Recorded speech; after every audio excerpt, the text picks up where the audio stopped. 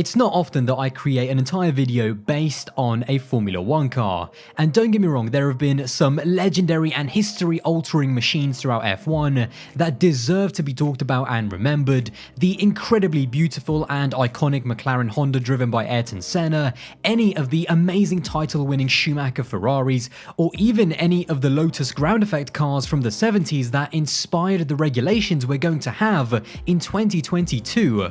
All of these cars have their place in the pantheon of great and historical Formula 1 cars, but today I'm going to be talking about a car that is arguably more infamous, if anything, from the looks to the performance to the season that the car went on to have. In this video, I'm going to be talking about the Ferrari F2012 from the 2012 season, and hopefully also in the process going to be answering questions like, was it as bad as people made it out to be, and could it also be one of the worst ever cars to challenge for a title and get to a title decider? Now, to start, I really want to put into perspective and paint a picture of where Ferrari were at the time, because watching this video after the car that Ferrari just made in 2020, it's very easy in your mind to keep comparing everything I say to what Ferrari just went through last year, and this video really is not about that because the circumstances and expectations were completely different back then. Coming off the back of 2011, it was a disappointing season to say the least for Ferrari, in a season where Sebastian Vettel dominated at the wheel of his Red Bull rocket ship, which featured the highly innovative blown diffuser. Ferrari were left to pick up the scraps, claiming 10 podiums and only one win, all of which was obtained by Fernando Alonso, and even that was a huge step down from the previous season, in which they had 5 wins and 15 podiums in 2010. However, then we came to the 3rd of February 2012 and the launch of the Ferrari F2012, and after months of anticipation and excitement, as F1 fans are every single year leading to the car launches, the covers came off and our jaws hit the floor. The most striking part of the car that ironically has almost become iconic in a way when we look back at 2012 was the new nose on the car, which was called the step nose and was designed around the new nose regulations for 2012, which aimed to improve safety. Now, pretty much every single team in 2012 had some iteration of the step nose. The only ones that didn't were McLaren, Marussia, and HRT. But while some teams smoothed it out and designed liveries that almost tried to hide the horrible new noses, for example, I've always liked what Lotus did that season with their nose design and livery combo. I thought they did a decent job integrating the new nose as smoothly as they could have.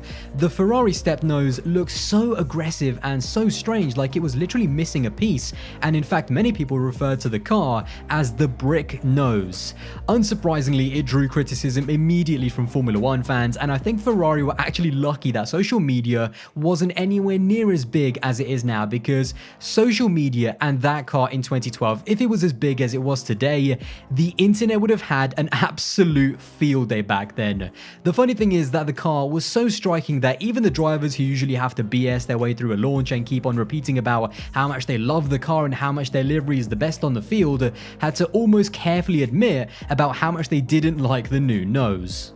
With new regulations on the nose height, many of the 2012 cars have been described as ugly. We still need to get used with this nose, which is very strange due to the new rules. But apart of the nose, the car is very aggressive, is very nice, and I hope we're gonna see a very competitive car from the beginning to the end. And although this technically has nothing to do with the car's performance, I can't not mention the really boring livery, or maybe I should say lack of any actual livery that car had in 2012.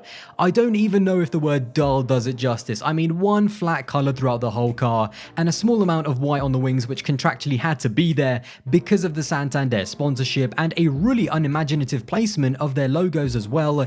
I mean, just look at that Fiat logo on the engine cover. It's so small, it's so pathetic and random and out of place. It's literally as if the Ferrari designers just wanted to submit the livery design last minute and just get home ASAP. Now, I'm not saying that the livery designs from the previous years were any better or anything like that, but somehow that horrible aero of the car made the already bad livery look even worse, which I suppose is some kind of achievement in itself.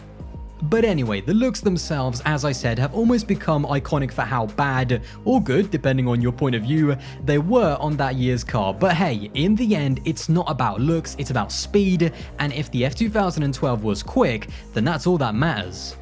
However, things didn't exactly start off great. Ferrari, by their own admission, were not only disappointed but surprised at how bad the car was during testing, and although Fernando Alonso did top the timesheets on a few occasions, people close to the team did say that those were mostly glory runs on low fuel and soft tyres. In reality, the car was not only seemingly off the pace on long runs, but it was just a bad car to drive in general, and in fact, here is what Stefano Domenicali said himself. First day that we put the car on the track, it was a little bit of, more than a little bit, it was a big surprise. The expectations were totally different. There's no reason to mask that. For sure, I remember very well that we had a problem of speed, a lot of drag, a lot of instability, a problem of traction, so a lot of things. We know that this kind of competition is also a psychological game. If you shout outside the problem that you have inside, it doesn't help. It was a moment where we had to regroup and try to solve. Knowing that you don't have any magic touch, you cannot solve the things from one night to the morning after.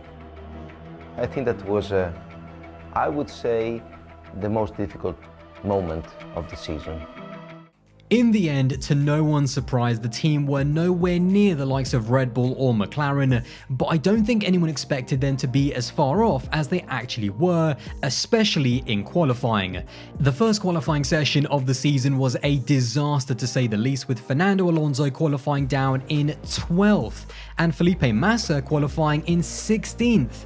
It was a shock to say the least, and it wasn't helped by the fact that McLaren had locked out the front row and the two Red Bulls were both inside of the top 6. But it was the gap to the top that was most shocking, as Alonso, who was the quickest of the two, had still qualified 1.5 seconds slower than the poleman Lewis Hamilton in the McLaren, and no one expected for Ferrari to be that far back. In the race, Fernando showed that the car was at least competitive on the Sunday and made his way up to 5th place after some fortuitous crashes, but even so, Ferrari was so far behind their title rivals in terms of pure performance that if they ever wanted to be in the title conversation come the end of the season, improvements needed to be made, and fast. To Ferrari's credit, they did develop the car, and they developed it quick enough for them to be able to mount a title challenge. Ferrari's 2012 season can be broken down, in my opinion, into 3 phases. The first phase was during the first 4 races between Australia and Bahrain, in which the car was so far off the pace in qualifying that every single race was a recovery drive through the midfield to try and battle to a decent point scoring position. The second phase was between Spain and Hungary, which was just before the summer break. This phase was a lifeline for Ferrari. They managed to bring upgrades in Spain, and from there on, the car drastically improved. During this phase, Ferrari and Alonso massively benefited from the fact that in 2012, we had a crazy and manic season with 7 different winners in the first 7 races, a first for Formula 1. This was vital because whilst McLaren and Red Bull were still trying to find their feet and making mistakes, and even the likes of Mercedes and Williams were grabbing wins, Alonso's silent consistency actually meant that he would be leading the championship going into the summer break. And finally, the last phase would be the second half of the season, from Belgium all the way to the final race in Brazil. And even though Fernando seemed to go to another level in terms of consistency, scoring a podium in every single race he finished, it would be a winless second half as both Red Bull and McLaren jumped ahead of Ferrari and Alonso, and in the final 9 races, 8 of them would be won by both Red Bull and McLaren, with the final win going to Kimi Räikkönen. So why is the F2012 so infamous? Was it really as bad as people make it out to be? And if so, how did it end up in a title decider? Well, in terms of performance, as mentioned earlier, the car in qualifying was ridiculously off the pace, especially at the beginning of the season, and to demonstrate, here is a graph showing how far off the fastest Ferrari was in qualifying to pole position. Similar to what I mentioned earlier with the phases, Ferrari started off ludicrously off the pace, fighting to even get into Q3, let alone fight for pole position, with an average gap over the first 4 races of about 1.2 seconds to pole position. The start of the European leg of the season was also when most of the teams got their first big upgrades, and Ferrari really started to make huge strides, closing the gap over the next few races to the front-running teams. However, the gap even around here was still around the 4 to 6 tenth mark.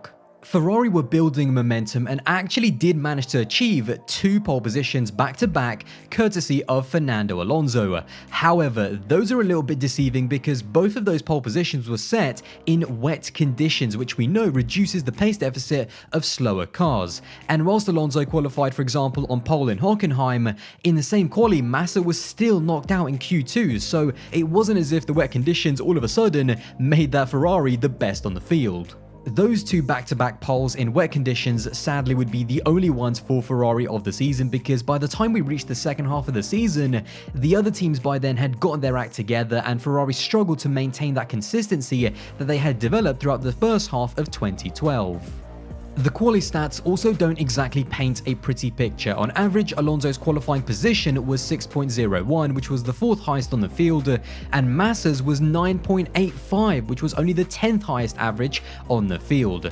And when it comes to being knocked out of qualifying, stunningly none of them actually got knocked out of Q1 throughout the entire season, which is definitely an achievement. However, whilst Alonso had gotten eliminated twice in Q2, meaning he had reached Q3 18 times, which was fairly respectable for that season given that Vettel had the same record, Felipe Massa only made it into Q3 10 times with 10, yes, 10 Q2 eliminations. And that is why just reading those kind of stats might give you a bit of an idea of just how much they need to make up on the Sunday.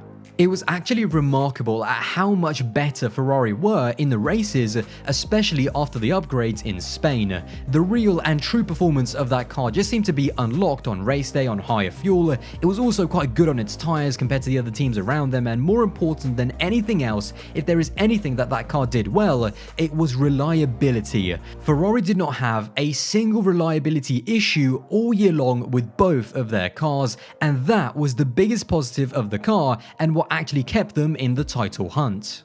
The team itself, it also has to be said, and it almost seems nuts to say this out loud considering what we've been going through in terms of Ferrari's strategy now, but back in 2012, more often than not, they did do a great job in terms of strategy and utilizing Alonso's attacking driving style and the car's ability on the tyres to go for aggressive tyre strategies, which helped Alonso fight through the field from poor qualifying positions. And then of course there is Alonso himself. Now, I could have made a 30-minute video of just going race by race of just how good Alonso was in 2012 and why, in my opinion, that will always be his greatest ever season in Formula 1, even better than any of his title-winning campaigns. But I'm going to try and keep this part as short as I can. In terms of the battle with his teammate, there is no doubt that Fernando carried Ferrari on his back and absolutely dominated Felipe Massa. In terms of qualifying, Fernando outqualified Felipe 18 out of 20 times, and in terms of the races where they both finished, Fernando finished ahead in every single one of them and only had 2 retirements all year, one of which of course was as a result of that famous crash at Spa in 2012 between Romain Grosjean and Lewis Hamilton, in which Fernando Alonso was kind of wiped out as a bit of an innocent party. And there is a lot of people that believe, even to this day, that had it not been for that crash, Fernando would have at the end of the season won the title. In general, Alonso was on full attack mode from race 1 in 2012. He didn't start off slow and he pushed the team the best way that he could by doing his talking on the track in what was, at the start of the season, subpar machinery. He produced, by his own admission, his greatest ever race win in the second race of the season in Malaysia, where, if you remember, the car was at its absolute worst at the beginning of the season, and yet in changeable conditions he produced a miracle win when no one even expected that car at that point to even be anywhere near the podium, let alone a race win. Ferrari are going to dig themselves out of all the trouble they've had in testing. Remarkably, Fernando Alonso wins a Malaysian Grand Prix. He takes the victory. This is one of the most beautiful. This is one of the most beautiful. We are so proud of you. So proud of you and of the team. Whenever the conditions got wet, Fernando grabbed the opportunity and used it to his advantage. The win in Malaysia, the back-to-back poles in wet weather sessions, but more than anything else, his consistency was absolutely unbelievable. He grabbed every opportunity that came his way by staying out of crashes and grabbing rare wins, like even in Valencia where he started in 12th. He stole that win from Sebastian Vettel after he retired from the lead with a reliability issue, and yet again, it was Fernando to pick up the pieces. However, despite his consistency and dragging everything that he could out of that car, in the end it just wasn't enough compared to the other two teams. Over the course of the whole season, Red Bull managed to get 5 wins, 8 pole positions and 14 podiums on their way to both the drivers' and constructors' world titles. McLaren managed to get 7 wins, 8 pole positions and 13 podiums, and were easily, in my opinion, the most disappointing team of that year, whilst Ferrari only managed to get 3 wins, 2 pole positions, of course all coming from Fernando Alonso, but 15 podiums. I still think that looking at all of those stats, it's just crazy that McLaren had more than double the amount of wins and that both Red Bull and McLaren had quadruple the amount of pole positions throughout the entire season compared to Ferrari. But it's those podiums that kept Alonso within the title hunt in that Ferrari. He led the title going into the second half of the season, as I mentioned earlier, and from Belgium onwards he finished on the podium in every single race, with his teammate only managing 2 podiums all season long. The problem for Ferrari was that by then Red Bull and Vettel had got their act together, and Vettel went on to win 4 races in a row, overtaking Alonso in the championship. And despite a great fight from Ferrari and Alonso trying to hang on to Vettel's rear wing, Alonso and Ferrari lost the title in the end by just 3 points in one of the greatest races and title deciders of all time. Even now, one of the most iconic images in the history of Formula 1 that everyone knows is that famous picture of Alonso just staring into the distance, just locked in disbelief at the fact that he had given everything and more and still come up short. It's a powerful and iconic image that is perfectly mirrored, in my opinion, by the other powerful pictures and footage of Seb celebrating his 3rd consecutive world title with his childhood hero Michael Schumacher in what would also be his final race in Formula 1. It was an emotional conclusion to one of the greatest Formula 1 seasons of all time. So in the end, how will the infamous F2012 be remembered? Well, there is no doubt that whilst it may not be as bad as maybe some people made it out to be, I mean, it was still a good car that was capable of podiums and the odd win there and there. The reality remains that that car shouldn't have been anywhere near a championship fight, let alone a title decider. It was clearly the 3rd best car on the field at best, and it's weird to think that given these days people can't even see the 2nd best car on the field getting into a title decider, Ferrari and Alonso in 2012 in the F2012 did it in the 3rd best car on the field. However, something else that has to be remembered is that Ferrari and Alonso got very lucky. 2012 was a very competitive season, 7 different winners in the first 7 races, along with both Red Bull and McLaren all having competitive cars and drivers meant that points were being taken away from all of the drivers, as it wasn't just one person running away with the championship and being head and shoulders above everyone else. Had it not have been for all of those things coming together to save Ferrari, there is no way that they would have been where they ended up. So, whether or not the F2012 is the worst car to ever be taken into a title decider, it's ridiculously hard to say because it's difficult to compare different eras and different title fights, let alone different cars, and ultimately it's down to what you believe as an individual from what you've seen yourself. But there is no doubt that for me personally, in terms of the modern era of Formula 1, this is by far the worst car I have ever seen that somehow ended up in a title decider, thanks to the hard work of Ferrari for improving it over the course of the whole season, and thanks to the brilliance of Fernando Alonso at his absolute arrogant best. The F2012 will always be controversial, disappointing, victorious. It will be all of those things and more, but in its own strange way, it will also be memorable and iconic. Well guys, there you go. That is my video on the infamous F2012. Now let me know your thoughts in the comments box below, and actually let me know, what do you think, in your opinion, is the worst ever car to go into a title decider? I can't wait to see what you guys think. Anyway, once again, I hope you did enjoy this video, and if you did, then don't forget to drop a like, smash that subscribe button, and don't forget to check out my social medias. Instagram and Twitter will be above. And guys, I'll see you in the next one.